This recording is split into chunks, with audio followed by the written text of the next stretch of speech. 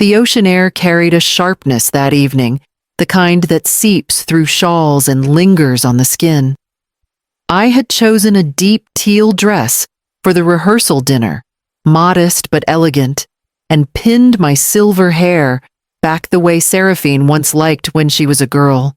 The Winslow name was not grand, but I had carried it with dignity for 72 years. I told myself tonight would be no different.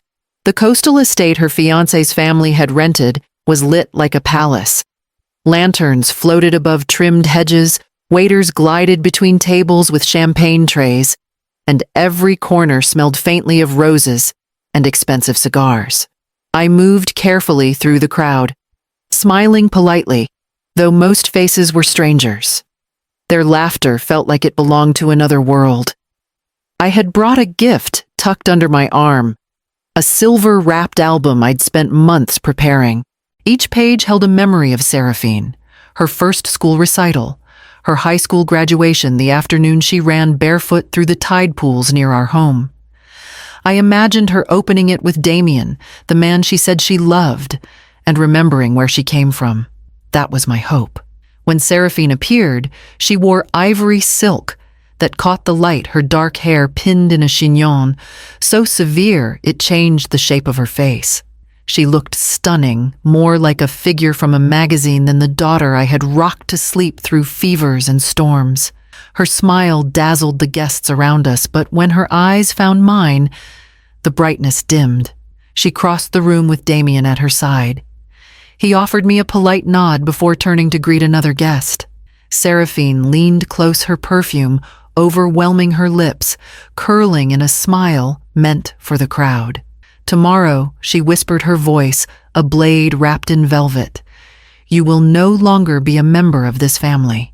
The words struck harder than any blow.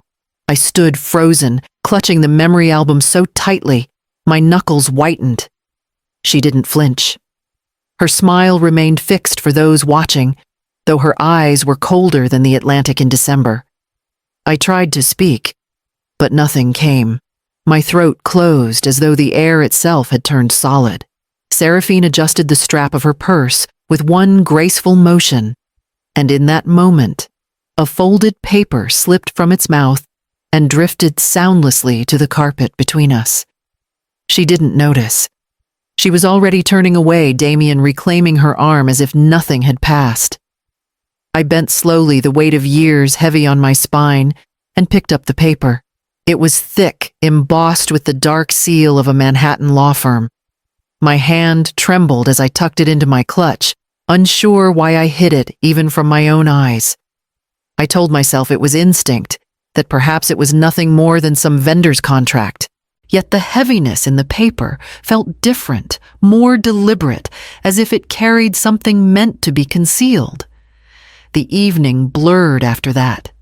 Speeches echoed from the dais glasses, clinked, and laughter swelled across the terrace. But I moved among the guests like a ghost. I smiled when addressed, nodded when spoken to, but my mind stayed on Seraphine's words, her voice replaying like a cruel refrain, no longer a member of this family. By the time I returned to my small cottage by the sea, the album still unopened in its wrapping, I was trembling with exhaustion. I set it on the table by the door and drew the letter from my clutch. For a long while, I stared at the seal, my thumb running over its raised edges before slipping it into the drawer of my desk.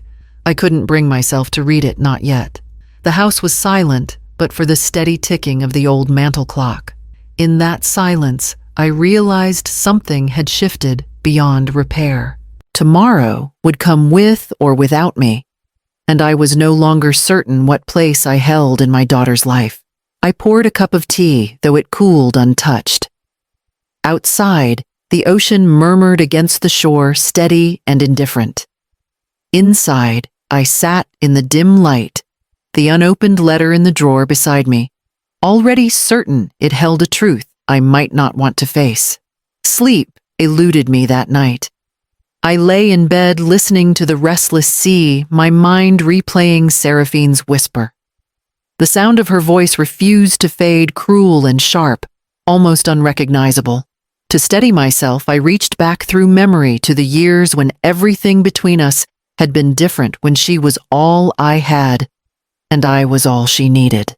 I was 26 when her father died. We had been married just shy of 7 years, and his heart gave out without warning on a chilly March morning. One moment, he was reaching for his jacket. The next, he was gone, leaving me with a mortgage, an empty checking account, and a daughter who had just turned 5. I remember her clutching the stuffed rabbit she never let go of, staring at me with wide, frightened eyes. From that day forward, every decision I made was for her. I took a job at the local clinic, answering phones and filing charts, though the pay barely covered rent. In the evenings, I shelved books at Whitmore's, the little bookstore downtown. By the time I dragged myself home at night, my feet were raw and my body ready to collapse, but Seraphine's face kept me upright. She would sit at the kitchen table coloring, waiting to tell me about her day. I forced myself to listen, to smile, even when exhaustion pulled at me like lead weights. Money was always scarce. I sold my mother's pearls to pay for winter coats, pawned my wedding ring to fix the leaky roof. Vacations were dreams we never allowed ourselves to speak of. Even birthdays were pieced together from secondhand shops and home-baked cakes.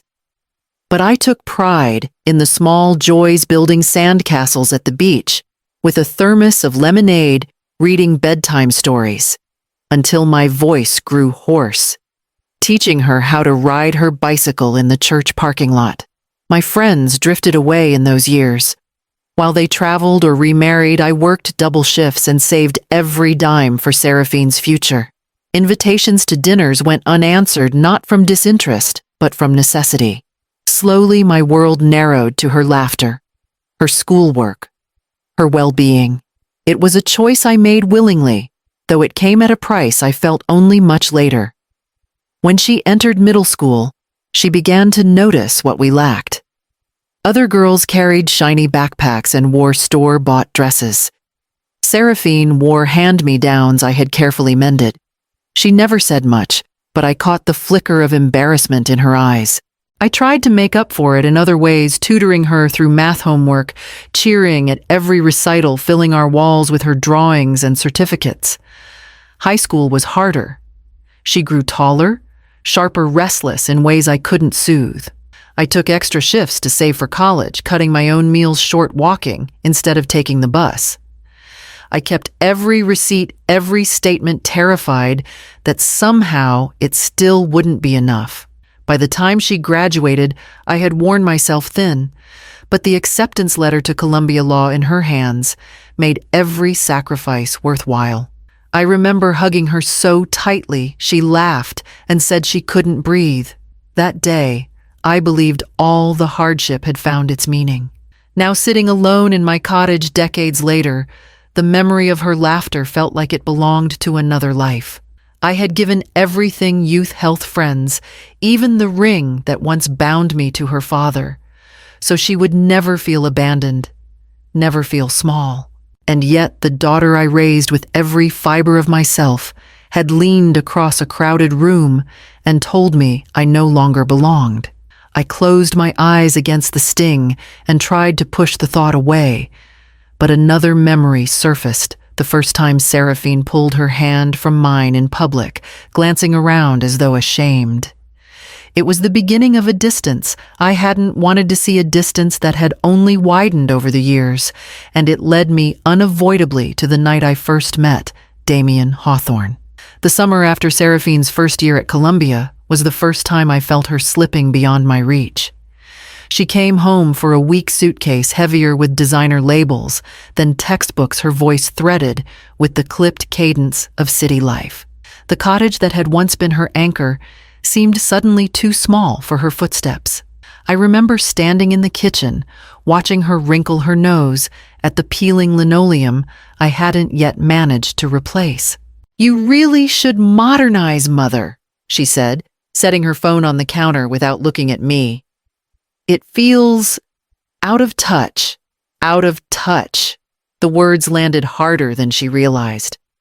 For years, that kitchen had been our command post, Homework spread across the table, the smell of soup on the stove, our laughter echoing late into the night.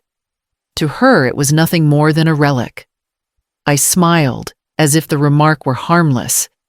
But that night, alone in my room, I whispered the phrase until it hollowed me out. It wasn't only the house she dismissed. Our neighbors, the McCarthys, had brought over a basket of blueberries from their garden. When I offered Seraphine a bowl, she waved it away. "I can't eat that," she said. "Do you even know if they wash their produce properly?" She laughed as if it were a joke, but there was a sharpness underneath a wall building between her world and mine. Her ambition became the engine of her life. She joined prestigious clubs, spent summers interning at firms I couldn't pronounce, and surrounded herself with friends whose parents donated libraries and endowed scholarships. When she returned for visits, she spoke in names and figures that meant nothing to me.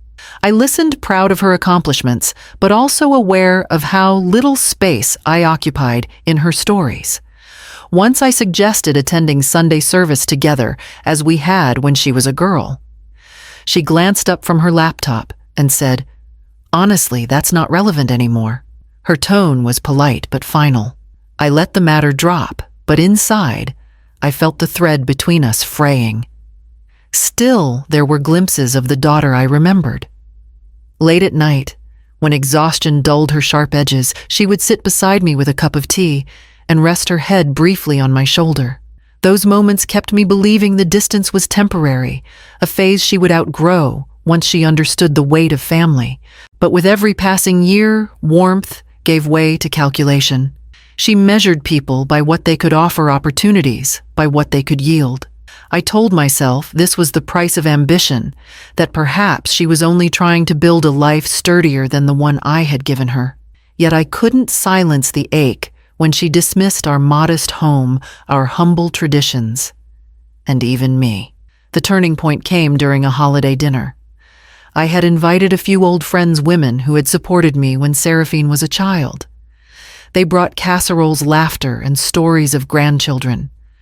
Seraphine arrived late, breezing in with a coat draped over her shoulders like a cape. She glanced at the table and whispered, not softly enough, "This feels like a church potluck. I can't stay long." My cheeks burned. I forced a smile and poured her a glass of wine, but inside, something shattered.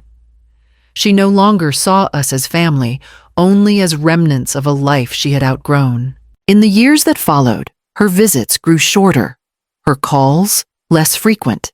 Each time she walked back into my house, she seemed less like my daughter and more like a guest impatient to leave.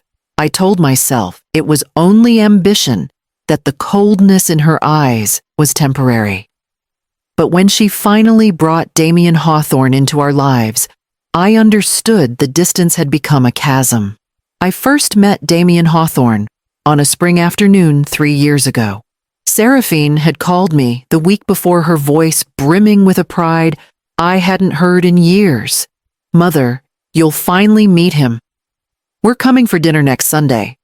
Don't fuss, it's just casual." Of course I fussed. I scrubbed every corner of the cottage, polished the silver I hadn't touched in years, and baked the lemon tart that had been Seraphine's childhood favorite. I told myself this was a chance that maybe this man would soften her edges, remind her of the value of roots. When they arrived, Damien stepped through the doorway, like he owned the air itself. Tall, with a tailored suit, even on a Sunday afternoon, he looked as if he had walked straight out of an Ivy League portrait. His handshake was firm, his smile bright, his voice warm. To anyone else, he would have seemed the perfect gentleman. For the first half hour, I believed it. He complimented the garden, praised the tart, and spoke to me as though I were a guest in my own home. But when Seraphine left the table to take a phone call, his smile collapsed. The warmth drained from his eyes, leaving something flat, calculating. He leaned back in his chair, tapping a manicured finger against his glass. "I'll be honest, Mrs. Winslow," he said quietly. His tone stripped of charm. "Seraphine doesn't need to cling to. All this. She's destined for better. All this meant my home, my life, everything I had built from nothing. I must have looked startled because he tilted his head and added, "You understand, don't you? She deserves to rise above." I forced a smile, though my chest ached. Of course. Every mother wants her daughter's happiness. He studied me for a moment longer, then smiled again, just as Seraphine returned, slipping his arm around her waist. To her, nothing had changed. To me, everything had. After that day, I watched him more closely. At gatherings when Seraphine glowed under attention, he performed the role of devoted fiancé flawlessly. But whenever her gaze shifted elsewhere, the mask slipped. His lips tightened, his eyes hardened, and he looked at me not with indifference, but with disdain, as though I were an obstacle rather than her mother. One evening, during a dinner at a Manhattan restaurant, I caught him whispering to Seraphine as the waiter cleared plates. His words were meant to be private, but I heard enough. Your mother, image problem. Not the kind of family we want to project. Seraphine laughed softly, as though it were nothing. Yet she didn't defend me. The pattern repeated, subtle but unmistakable. He spoke of vacations with investors, dropped names of senators he claimed as family friends, and measured every detail of life in terms of prestige. If I mentioned the town's library fundraiser, he smirked. If I told a story about Seraphine's childhood, he sighed as though bored. I tried to warn her gently once. "Darling, are you certain he sees you the real you?" She rolled her eyes. "Mother, don't start. Damien understands ambition. That's what matters." And so I stayed silent, though unease grew inside me like a storm cloud. Every time I looked at him, I felt the shadow he cast over her, long and consuming. Still, when they announced their engagement a year later, Seraphine's joy was blinding. She showed me the ring, radiant with diamonds, her eyes gleaming in a way I hadn't seen since childhood. I hugged her, swallowing my doubts because she was happy, and that was all I had ever wanted. But as she slipped the ring onto her finger, Damien's eyes flicked to mine over her shoulder. His smile was polite, perfect for the cameras. Yet I saw the truth in that brief glance, cold, sharp, and dismissive.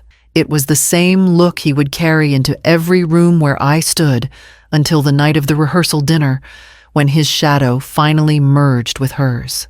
From the moment Seraphine announced her engagement, I waited for the phone call that never came. I imagined she would ask me to join her at a dress fitting, or to taste cakes at some bakery in the city, or at the very least to look at flowers and share opinions about roses versus lilies. I had pictured it so clearly, us sitting together laughing, disagreeing gently, like mothers and daughters are meant to do before a wedding. But days passed, then weeks, and there was only silence. Instead, I heard from neighbors or through snippets on social media. I learned that she had chosen Vera Wang, that she had posed with a florist among towering hydrangeas, that she had sampled 10 different menus with Damien at her side. Each discovery felt like a small exclusion, and though I told myself not to take it personally, the ache grew heavier with every missed invitation. When I finally asked her, careful to sound casual, if she needed help with the arrangements, she glanced at me over the rim of her coffee cup. It was during a Sunday brunch at a glossy restaurant overlooking the harbor. Damien sat across from us, tapping messages into his phone, only half listening. "No need, Mother," she said lightly, buttering her toast. "We've hired professionals. Everything is already arranged. You just need to show up if you must." She didn't mean it as a dagger, or perhaps she did. The words cut nonetheless. I forced a smile, nodding as if relieved. Inside, something tightened, as though I had been erased not only from the planning, but from the very story of her marriage. Damien glanced up, then his expression unreadable. He slid his hand over hers and said, "Your mother has done enough, Seraphine. Let the planners handle the details." The way he said enough stayed with me, Enough as in raising her alone, enough as in sacrificing everything for her future, or enough as in I had overstayed my welcome in her life. I stirred my tea, pretending not to notice the undertone. My mind flickered back to my own wedding day, decades earlier. My mother had stood beside me while I tried on a dress we had sewn ourselves. She had cried at the sight of me, and I had felt her pride as much as her love. To imagine Seraphine choosing strangers for those moments instead of me, well, it hollowed something deep in my chest. In the months leading up to the wedding, my role shrank to silence. I was not asked about the guest list or the music or the traditions we had once shared. Even when I offered to make the Winslow family recipe for lemon cake, the one Seraphine had adored as a child, she shook her head. We'll have a pastry chef handle the desserts. People expect quality. Quality. As though my cake baked with care and memory was beneath her new standard. I told myself over and over that she was simply caught up in the grandeur, that brides often lose themselves in details, that perhaps she was protecting me from stress. But late at night, I would sit alone in the kitchen, staring at the empty calendar where no fittings, no tastings, no planning sessions had been marked for me. I was not the mother of the bride. I was a guest, barely that. The memory album I was assembling became my only contribution. I spent evenings sorting through boxes of photographs, piecing together her life in images, her first steps, her graduation cap crooked on her head, the smiles that once belonged to us alone. Each page was a reminder of the years I had built brick by brick with my own weary hands. If I could not stand beside her in planning her future, at least I could give her back her past. I smoothed the silver wrapping paper around the finished album, tied it with ribbon, and set it gently on my desk. It would be my gift, a bridge where no invitations had come. But the bridge, I would soon learn, was already broken, and the album would not be enough to carry me across to her world. The silver-wrapped album lay on the passenger seat beside me as I drove to the rehearsal dinner, my palms slick against the steering wheel. I had spent weeks perfecting it carefully, choosing photos, writing small notes in the margins, an entire life bound in one book. I thought foolishly, perhaps, that it might remind Seraphine of the road that had carried her to this moment. The venue was a sprawling hotel ballroom overlooking the bay, every surface gleaming, every flower imported. I walked in quietly, the album pressed to my chest like a shield. Music drifted through the air. Glasses clinked, and guests in polished suits and shimmering gowns mingled as though they belonged to a different species. I spotted Seraphine across the room, radiant in a cream rehearsal dress. Damien hovered beside her, the perfect shadow. For a moment, I let myself admire her beauty, the way she held herself with such poise, and I thought perhaps tonight would be different, that she might let me in just a little. When she noticed me, her smile froze in place. She excused herself from the group and approached with the smooth grace she had perfected over the years. Her perfume arrived before her words, a sharp, expensive scent that filled the space between us. "You came," she said, her tone more observation than welcome. I did. I lifted the album toward her, my voice steady, though my hands trembled. "I made this for you. For both of you. Memories of your life from the beginning to now." I thought she took the package, weighing it in her hands for only a second before placing it back against my chest. Her smile never faltered, but her eyes were shards of glass. "Mother," she whispered, her lips barely moving, "this isn't necessary. Tomorrow you're just baggage. You've done your part. Let me go."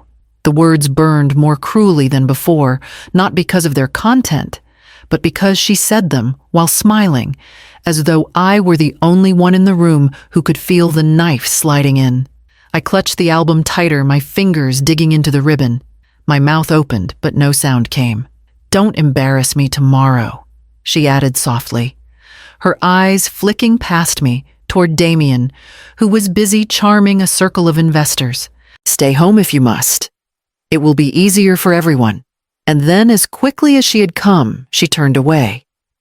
Her laughter floated back across the room as she rejoined the crowd, her arm entwined with Damien's. To them, nothing had happened. To me, everything had. I remained rooted in place, the album heavy in my trembling hands. Around me, conversations swirled. Waiters offered trays of wine, a toast rang out, but it all blurred together. The book that had been my lifeline now felt like a millstone. I had poured my heart into those pages, into every caption, every pressed flower tucked between photographs, and she had dismissed it. Dismissed me as if I were already gone. I slipped out of the ballroom before dinner was served, no one noticing my departure. The night air outside was cool, salted with the scent of the sea. I pressed the album against my chest as I walked to my car, the ribbon cutting into my palm. Driving home, I could still hear her voice, low and merciless. "Tomorrow, you're just baggage."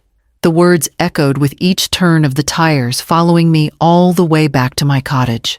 I placed the album on the kitchen table and sat beside it in silence, staring at its silver wrapping under the dim light. My hands shook, but I didn't untie the ribbon. I couldn't. And as I sat there in the stillness, I realized that for the first time in my daughter's life, I might not be at her side when morning came. The cottage felt impossibly quiet when I returned, as though even the walls knew what had been said. I set the album down on the table and walked into my bedroom, where the teal dress hung on the back of the closet door. I had bought it months ago, a small act of hope, imagining Seraphine's eyes lighting up when she saw me wearing it on her wedding day. Now it looked like a costume for a role that no longer belonged to me. I reached out to smooth the fabric, but my hands were shaking. Tears slipped down my cheeks before I realized I was crying. They fell onto the fabric, darkening the teal into patches of stormy blue. I pressed my palm against the stains as if I could erase the evidence of my grief, but it only spread. I sat at the edge of the bed and buried my face in my hands. For 72 years, I had prided myself on resilience, on surviving loss, on enduring long nights of work, on finding dignity in small victories. But tonight, the words of my own daughter had unraveled me. "Tomorrow, you're just baggage." I whispered them aloud, as though saying them might lessen their sting, but it only hollowed me further. After a while, I rose and walked into the small study where the letter still lay tucked in the desk drawer. I pulled it out, running my fingers over the seal again. A part of me wanted to tear it open to know what she was hiding, but fear stopped me. If I read it, the truth would change something forever, and I wasn't sure I had the strength for more change tonight. I slid it back into the drawer, telling myself tomorrow would be soon enough. The hours stretched long. I brewed tea I couldn't drink, warmed soup I couldn't swallow. I moved through the rooms like a stranger, pausing at the photographs on the walls. Seraphine at 5 clutching her rabbit. Seraphine at 12 winning a debate trophy. Seraphine at 21 standing tall in her cap and gown. Her smile in each frame was different, brighter, untouched by the coldness she now carried. I touched the glass, my fingertips tracing her younger face, and wondered when the distance had begun. At midnight, I returned to the dress. The sight of it broke me open again. I took it down, pressed it to my chest, and wept until the fabric was damp with tears. I thought of all the times I had been there for her. Every recital, every scraped knee, every late-night phone call. During exams. I had never once failed to show up. But tomorrow, for the first time in her life, I would not be there. It wasn't rebellion or punishment. It was surrender. She had told me not to come, and my heart was too fragile to defy her cruelty and face the humiliation of her rejection in public. When dawn finally began to gray the horizon, I hung the dress back on the door. The teal fabric shimmered faintly in the early light, no longer a symbol of celebration, but of absence. I crawled beneath the covers, exhausted, but unable to sleep. My body trembled, not from age, but from the weight of choices I never thought I would make. I had raised her to believe she belonged, that she was never alone. And now she had cast me out of the very circle I had spent a lifetime building. The clock ticked steadily in the silence. The day of her wedding had begun, and I would not be there when the bells rang. I awoke to the tolling of the church bells, their echoes drifting faintly across the harbor. They sounded both distant and cruel, reminding me of what I was missing. I lay in bed, staring at the ceiling, listening to the rhythm that should have been a call to celebration. Instead, I stayed wrapped in silence, the teal dress hanging untouched on the closet door, my decision final. I tried to busy myself sweeping the kitchen floor, boiling water for coffee. Yet every tick of the clock pulled my mind back to the ceremony unfolding without me. I pictured the grand church filled with guests, the scent of white roses, the soft rustle of silk gowns. I imagined Seraphine standing at the altar, radiant and poised as Damien slipped a ring onto her finger. The vision should have filled me with pride. But instead, it brought only a bitter ache. It was near midday when the first call came. My phone buzzed insistently, the name of my sister Lucretia flashing across the screen. I let it go to voicemail, too heavy with dread to answer. Then another call, followed this time from an old friend who was attending the wedding. Again, I ignored it. By the time the third call arrived, my hands were trembling so hard I had no choice but to pick up. Ellie Lucretia's voice cracked through the line, urgent and breathless. "It's chaos here. The wedding? It's canceled." I froze. "Canceled? What do you mean?" "I mean canceled." She spoke quickly, her words tumbling over each other. Damien stormed out of the church. Guests are whispering Seraphines in tears. People are leaving before the reception even began. Ellie.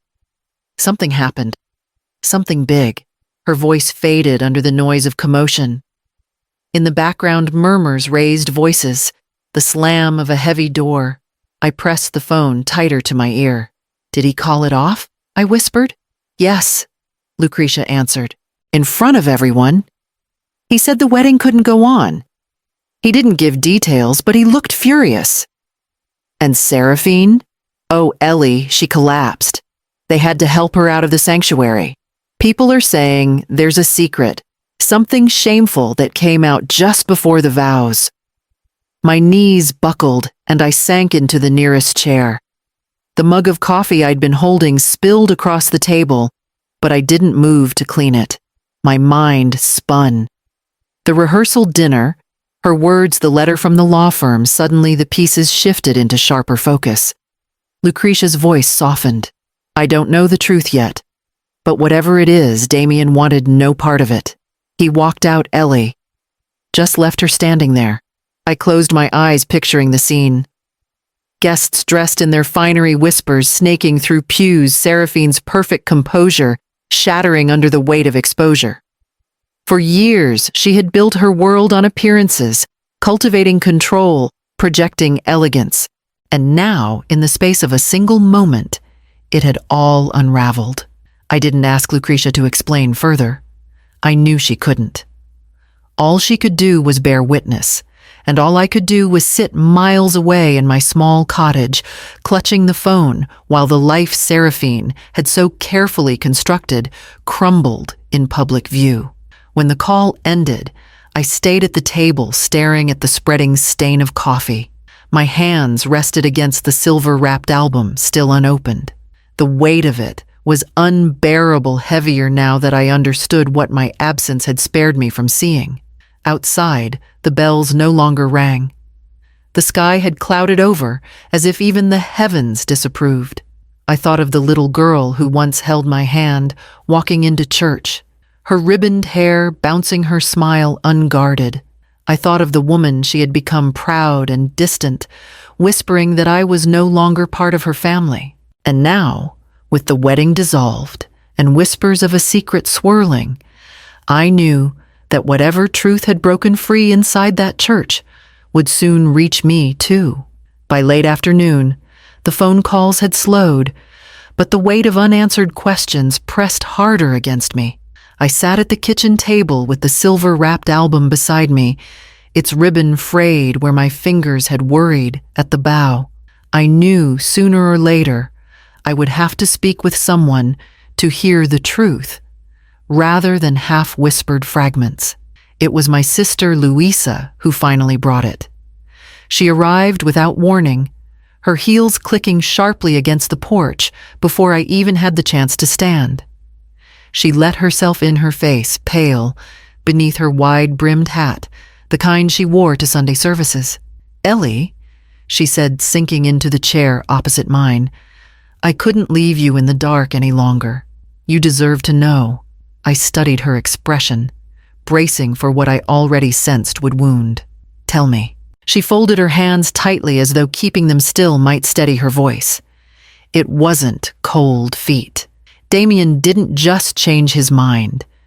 There was a reason an affair. The word struck me like a physical blow.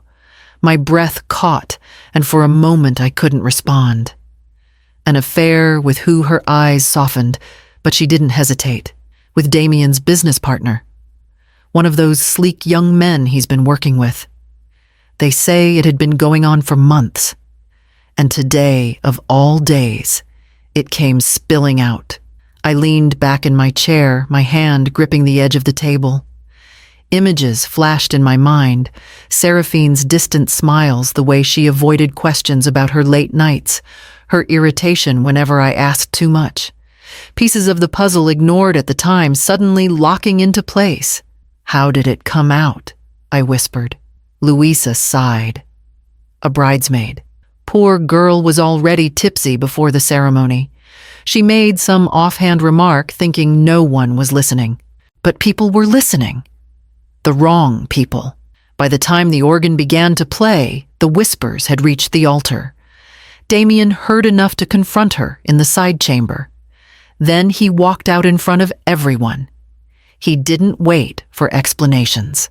I imagined the scene, the echoing church, the congregation craning their necks, the stunned silence as Damien strode down the aisle alone.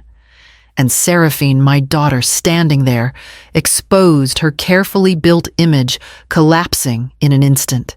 My chest ached with something more complicated than anger. It was grief, disappointment, shame, and yet a small, bitter recognition of justice. The same daughter who had told me I was baggage, who had cut me out of her life, was now undone by her own choices. Louisa reached across the table, covering my trembling hand. "Ellie, I wish I didn't have to tell you this, but you needed to hear it from me, not from the gossip in town." I nodded numbly, unable to speak. For a long while we sat in silence. Outside, the sky had turned gray, heavy with the promise of rain. Finally, I found my voice. "She'll blame me." Louisa frowned. "Why would she?" "Because she always does," I said quietly. "When she didn't get into her first-choice school, she blamed me for not hiring the right tutors. When her first job ended badly, she said I embarrassed her with my questions. She'll find a way to make this my fault too. She'll say I didn't support her, or that my absence today made her weak." Louisa squeezed my hand, but she didn't argue. She knew as well as I did how Seraphine twisted narratives when cornered. I rose from the table and walked to the window. The silver-wrapped album still sat untouched, the ribbon now ragged. I thought of the photographs inside innocent moments of a childhood I had fought to preserve memories that seemed almost foreign compared to the woman Seraphine had become. The church bells had long stopped ringing, yet I could still hear the echoes of what should have been. A celebration turned into scandal. A marriage collapsed before it began. And in the days to come, I knew the whispers would spread farther, the shame heavier, the blame sharper. When I turned back to Louisa, her eyes searched mine for an answer I didn't yet have. I sat down again, the album between us like an unspoken truth, and prepared myself for the storm Seraphine would surely bring to my door. The scandal traveled faster than the tide rolling across the bay. By the next morning, whispers had reached even my quiet street. When I stepped outside to fetch the newspaper, two neighbors paused their conversation and offered me stiff, polite smiles before lowering their voices. I didn't need to hear the words to know they were about me. By midday, Louisa returned with fresh news, her face drawn. "It's begun," she said grimly, slipping off her coat. "Seraphine's trying to rewrite the story." I already knew. A message from an old friend had arrived on my phone earlier that morning, carefully worded but heavy with suggestion. "I heard you said things to Damien before the ceremony. Surely it isn't true, Ellie?" What exactly is she saying, I asked, though, my stomach clenched with dread. "That you poisoned Damien against her. That you never approved, that you meddled until he couldn't go through with it." Louisa's voice was sharp with indignation. "And Damien's family is feeding the fire, hinting you were jealous of her life, her future, and wanted to ruin it." I sank into the kitchen chair, pressing my hand to my forehead. After everything I had endured, the sacrifice, the silence, the exclusion, now I was to be painted as the villain. "Jealous," I whispered. "Jealous of my own daughter." Louisa reached for my hand, but I pulled away too raw to accept comfort. The memory of Seraphine's whisper at the rehearsal dinner returned. "Tomorrow you're just baggage." Perhaps to her, blaming me was easier than admitting the truth of her betrayal. That afternoon, the rumors spread further. The grocer greeted me coolly, no longer with his usual easy warmth.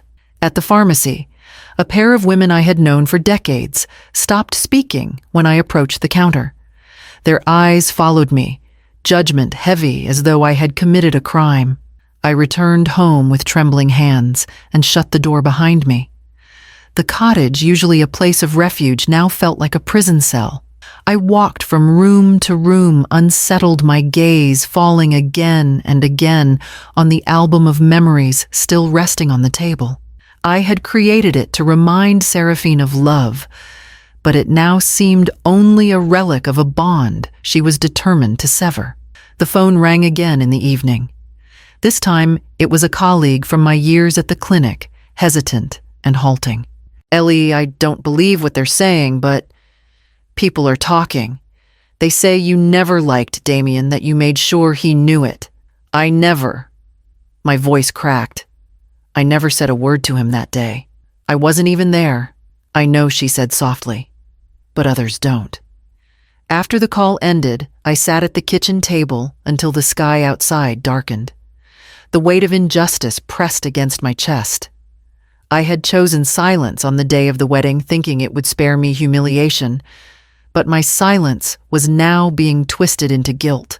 Louisa returned the next evening carrying a casserole dish, as if a warm meal could shield me from what the world believed. "You can't let her destroy you," she said firmly. "You've survived worse, Ellie. Don't let this be the end of your dignity."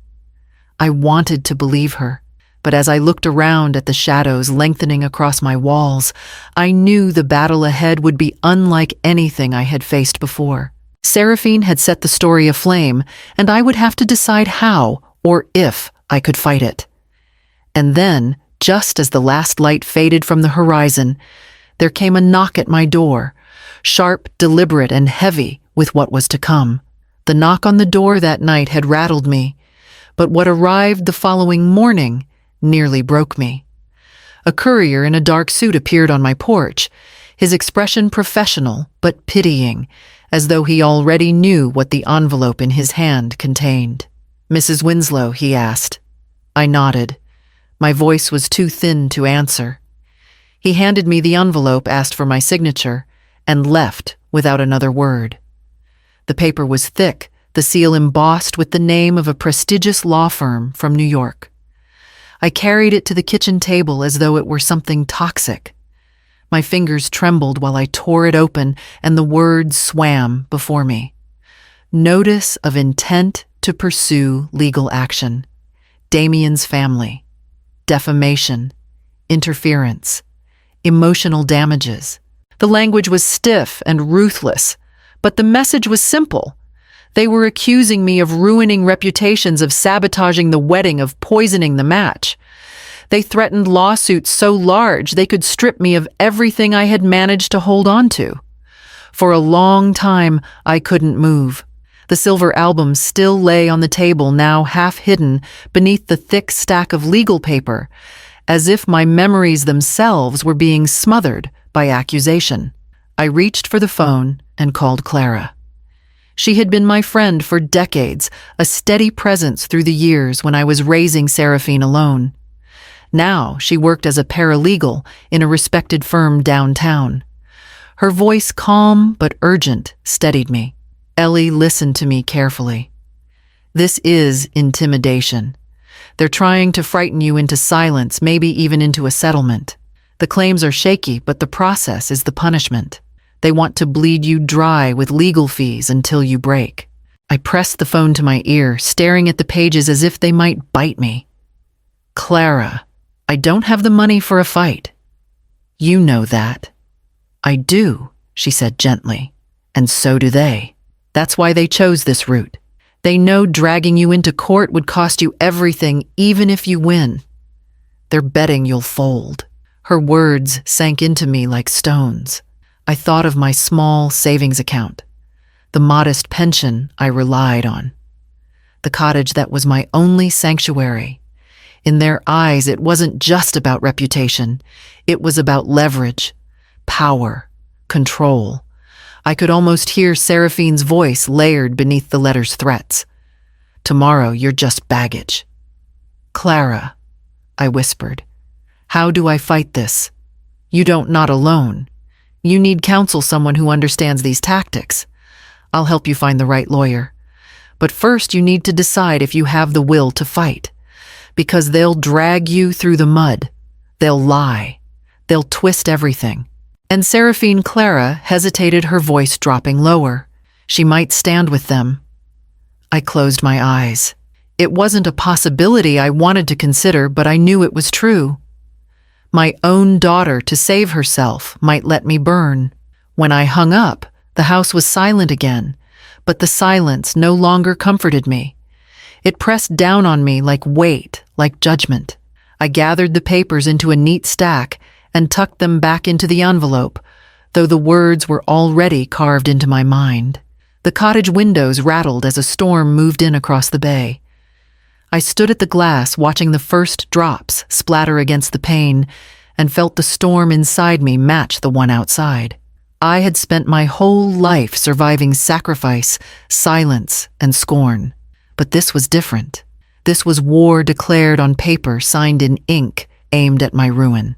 And as the thunder rolled closer, I knew that whatever choice I made next would decide not just my reputation, but my future. The storm rattled the cottage through the night, the wind clawing at the windows like an impatient visitor.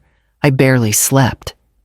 Each time I closed my eyes, I saw the embossed seal of the law firm's letter, the accusations of defamation, the threats to strip me of everything. By dawn, my eyes burned and my hands shook from exhaustion. I made coffee and sat at the kitchen table staring at the neat stack of papers when another memory surfaced, the faintest flicker buried under the weight of recent days. The rehearsal dinner.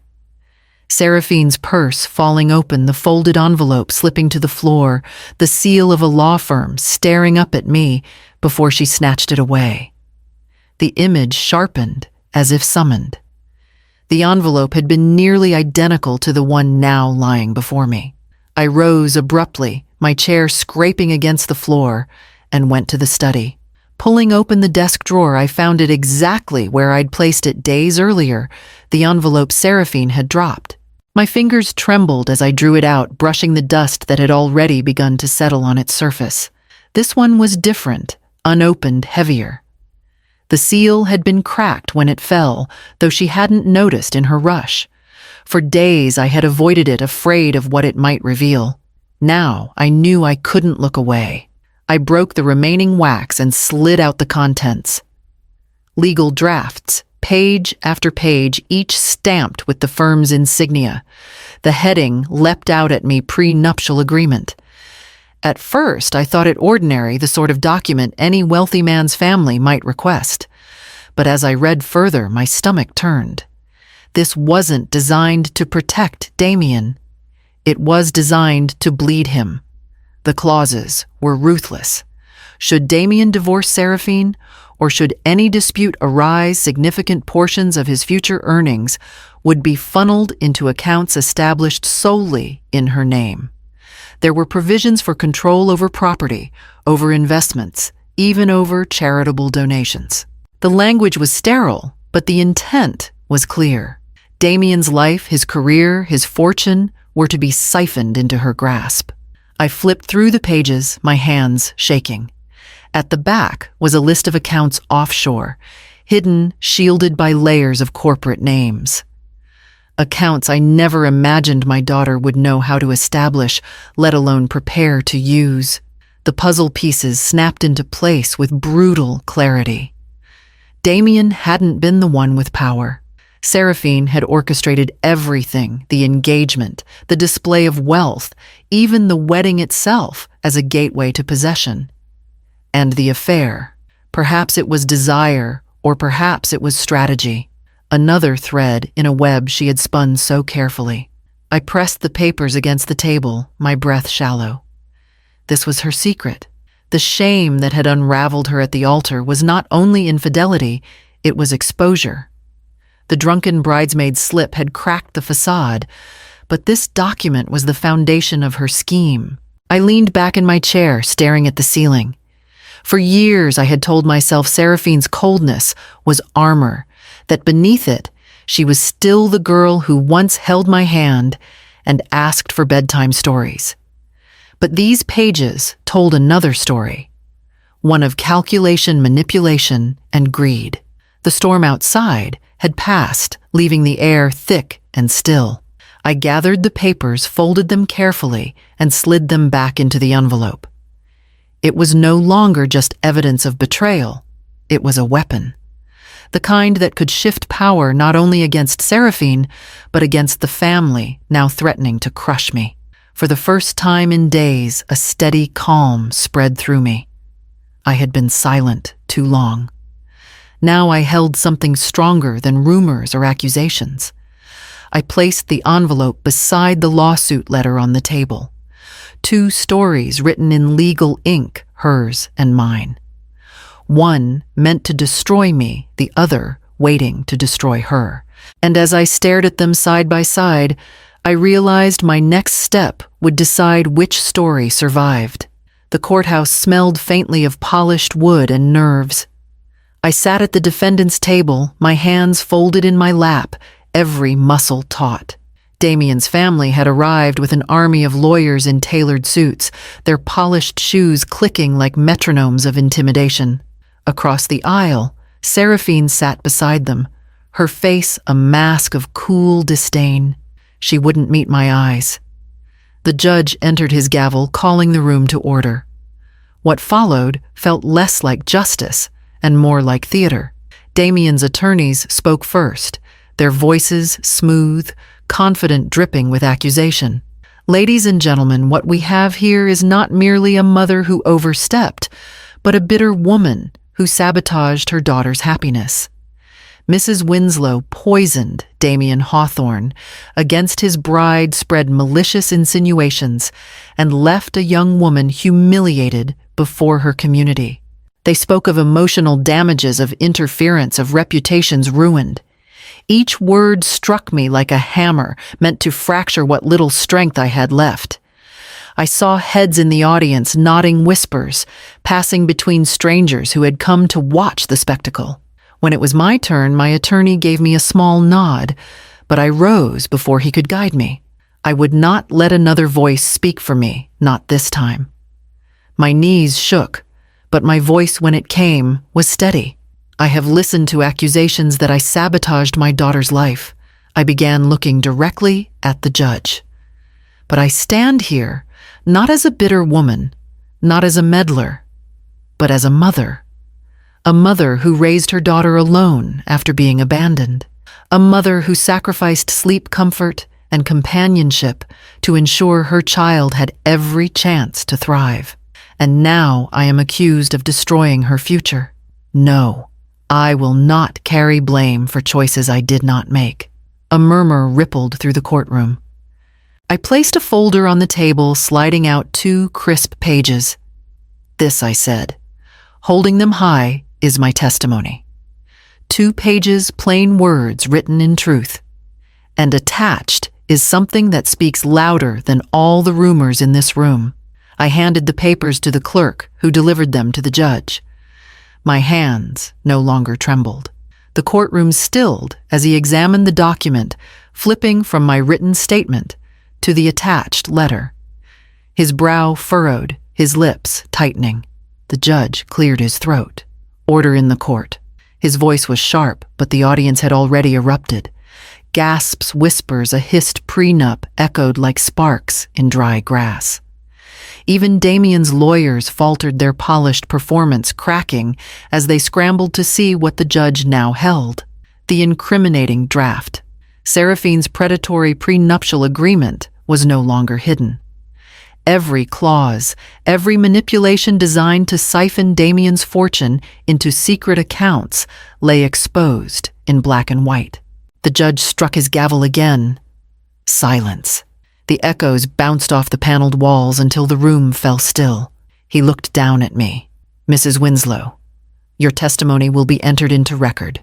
And then his gaze shifted toward Seraphine. For the first time, her composure faltered. Her lips parted, her hand trembling slightly as she reached for the armrest of her chair. In that moment, truth burned brighter than every lie that had been hurled at me.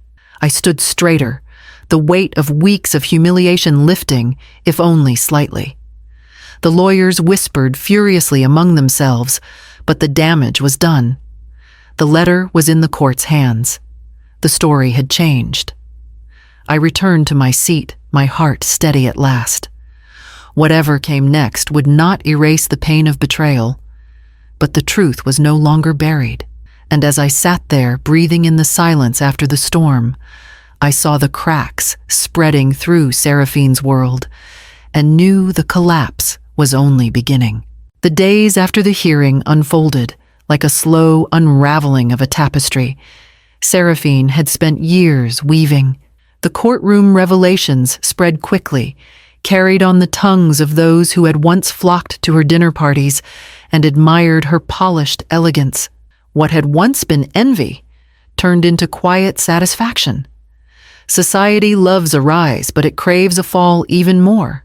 At first, Seraphine tried to hold her ground. I saw the glossy photos of her, leaving the courthouse, chin tilted high, a defiant smile plastered across her face. She spoke to reporters, denying everything, insisting the documents had been fabricated, that I was a bitter mother, desperate for attention. But her words carried no weight. The prenup bore her own handwriting, in the margins little notes about percentages and offshore discretion. The evidence could not be dismissed as rumor. Within a week, Damien severed all ties. His lawyers issued a statement that was both sharp and final. The Hawthorne family has no connection to Miss Seraphine Winslow, nor to her financial dealings. Their retreat was absolute. The engagement ring, once flaunted on every social occasion, disappeared from her hand. Her friends followed swiftly.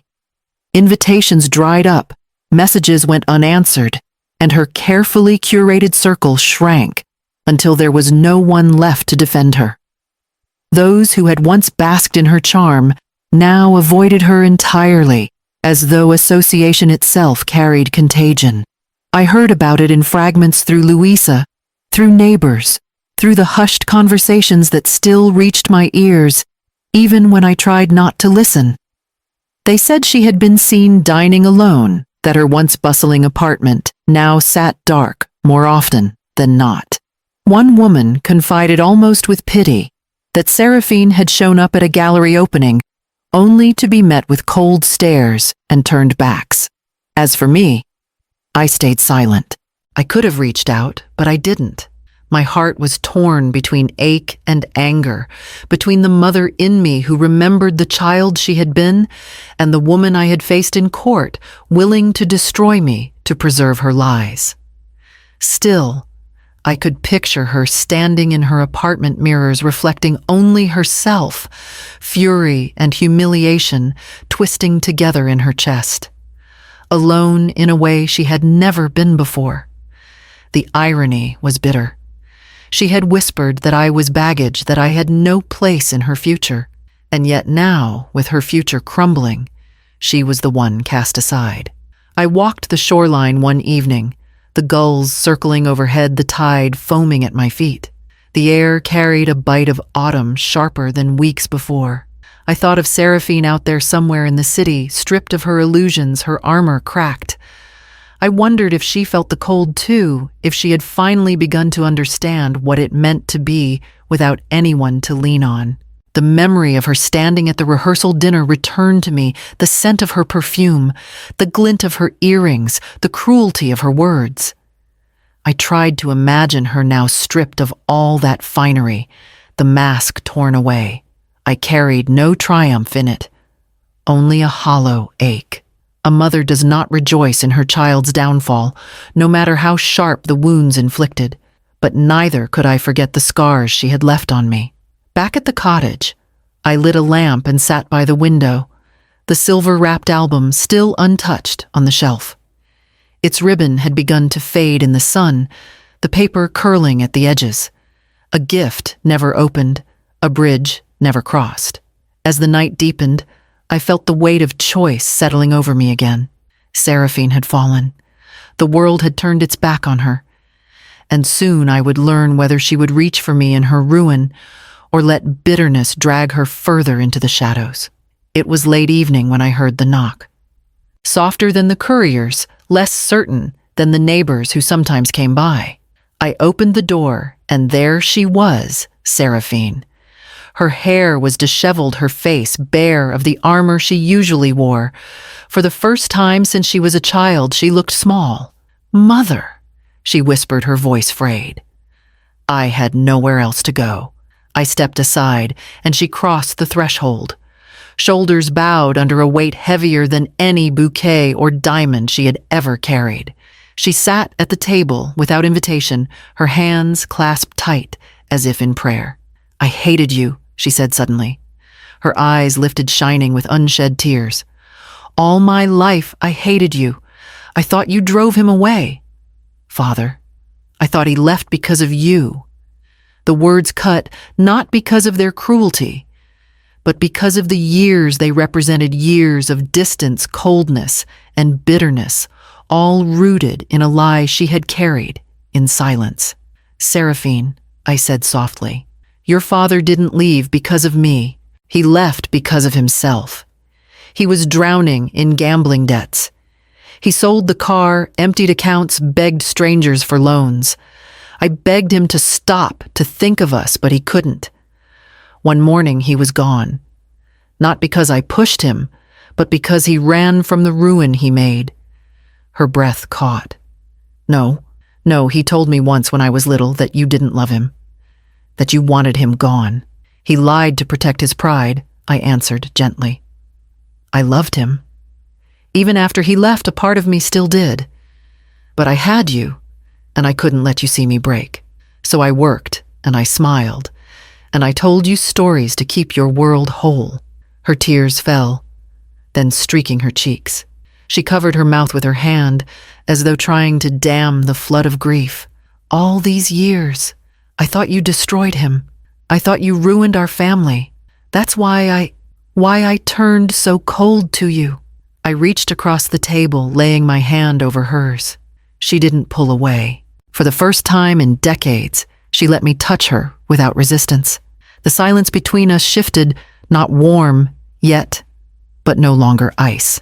A wound long festering had finally been opened, raw and painful, but at last it was in the light. And as we sat there hand over hand, I knew the question that lingered was not whether truth had been spoken, but whether love could still grow in the soil it had poisoned. In the weeks that followed Seraphine's visit, the air around me shifted.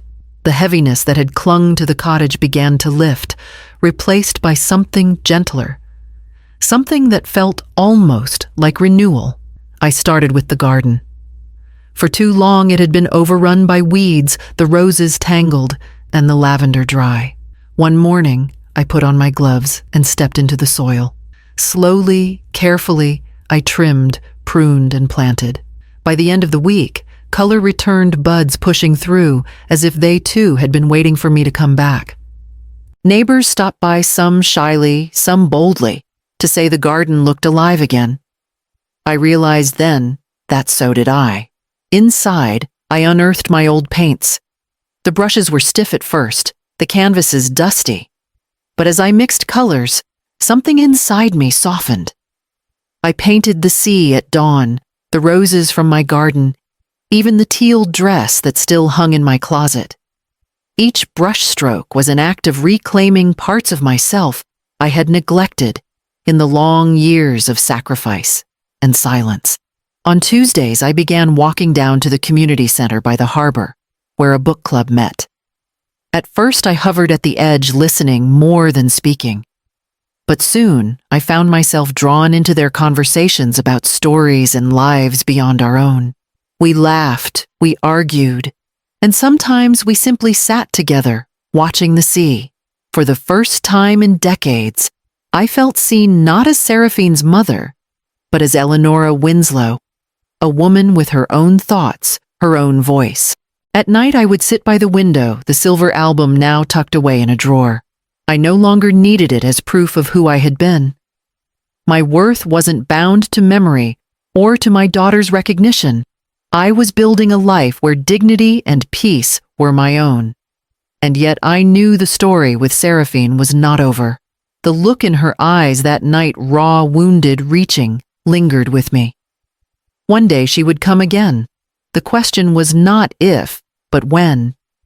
And whether when she knocked I would open the door. It was early morning when the knock came, not sharp, not desperate, but soft, as though the visitor feared the sound might break something fragile. I opened the door to find Seraphine standing on the porch. Her eyes were swollen from lack of sleep, her posture unadorned by pride. For once there was no jewelry flashing, no mask of elegance to shield her. "Mother," she said, her voice quiet. "I came to say, I'm sorry." I stepped aside, and she entered without haste. She didn't carry the air of someone making demands or even requests. She carried only her own weariness. She sat at the table where so many silences had passed between us, her hands folded, waiting. "I can't undo what I've done," she whispered. "Not the lies, not the cruelty. I thought strength meant shutting you out, but it left me empty. I don't deserve your forgiveness, but I wanted you to hear it from me. I was wrong." Her words fell like stones in still water, ripples of grief, ripples of truth. I studied her, the woman who had been my daughter, and my adversary now stripped of pretense. A part of me longed to gather her into my arms, but another part remembered every scar. I spoke slowly so she would hear the weight of it. Respect first, entry second. That is how it will be from now on. Her eyes glistened. She nodded, not pressing further, not asking for more than I was willing to give. For the first time in years, she accepted my boundary. We sat in quiet for a while, watching the light grow across the floor. When at last she rose to leave, there was no embrace, no promises. Only a soft farewell, and the faint hope that perhaps someday respect would be enough to open more doors. After she left, I went to the study. From the top drawer of my desk, I drew out a brass spare key, one I had kept for decades. I held it in my hand, its weight a reminder of both entry and intrusion, of trust and betrayal. Then slowly, I placed it back into the drawer and turned the lock. Not for intrusion, only for respect. Outside, the Atlantic sunrise spilled gold across the horizon, pouring light into every corner of my home. When respect finally knocks, will you open the door or guard it forever?